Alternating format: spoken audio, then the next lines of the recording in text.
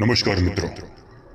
अपने पूर्वजों के आशीर्वाद को प्राप्त करने का पर्व पितृपक्ष हर साल की भांति भाद्रपद के मास के शुक्ल पक्ष की पूर्णिमा से आरंभ होता है, जो कि 15 दिनों तक चलता है।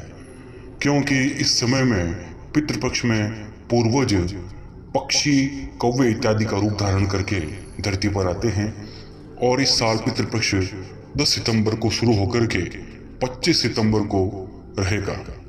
इन दिनों में कुछ खास काम करने की मनाही होती है और कुछ ऐसे कार्य होते हैं जिनको नहीं किया जाता है।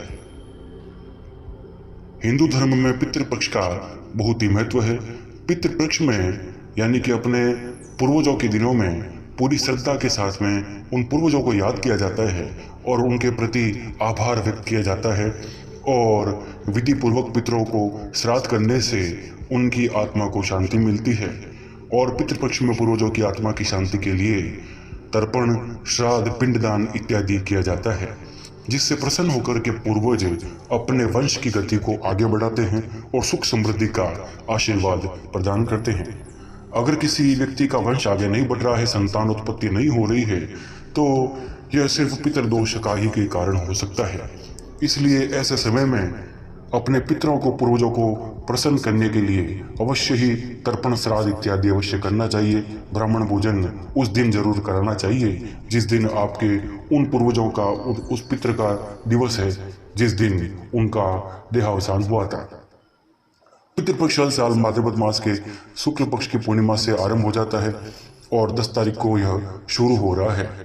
इस दौरान कुछ इन बातों का ध्यान रखना आवश्यक है। पितृपक्ष के दौरान पूरे 15 दिनों तक घर में सात्विक माहौल रहना चाहिए। इस दौरान घर में मांसाहार या शराब इत्यादि नहीं आना चाहिए। यहाँ तक कि 15 दिनों तक कम से कम पितृपक्ष के लहसुन और प्याज का सेवन भी नहीं करना चाहिए।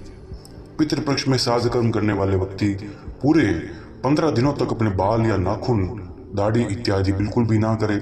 साथ ही इन सभी लोगों को ब्रह्मचर्य का पालन करना अनिवार्य होता है, क्योंकि ऐसा माना जाता है कि पितृपक्ष के दौरान पूर्वज पक्षी के रूप में धरती पर आते हैं और इसलिए पक्षियों को सताना नहीं चाहिए। ऐसा करने से पूर्वज नाराज हो जाते हैं, बल्कि पितृपक्ष में पशु पक्षियों की सेवा अवश्य करनी चाहिए। और पीपल के पेड़ का विशेष रूप से महत्व है, तो नित्य ही पीपल के पेड़ में प्रातःकाल स्नान आदि से निवृत्त होने के पश्चात में साफ शुद्ध जल का अर्पण अपने पितरों के नाम से पीपल के जड़ में, मूल में किया जाना चाहिए। पितृपक्ष के दौरान लौकी, खीरा, चना, जीरा, सरसों इत्यादि खाने की मनाही होती है। इसके अलावा पितृपक्ष में किसी प्रकार का मांगलिक कार्य नहीं करना चाहिए, जैसे शादी,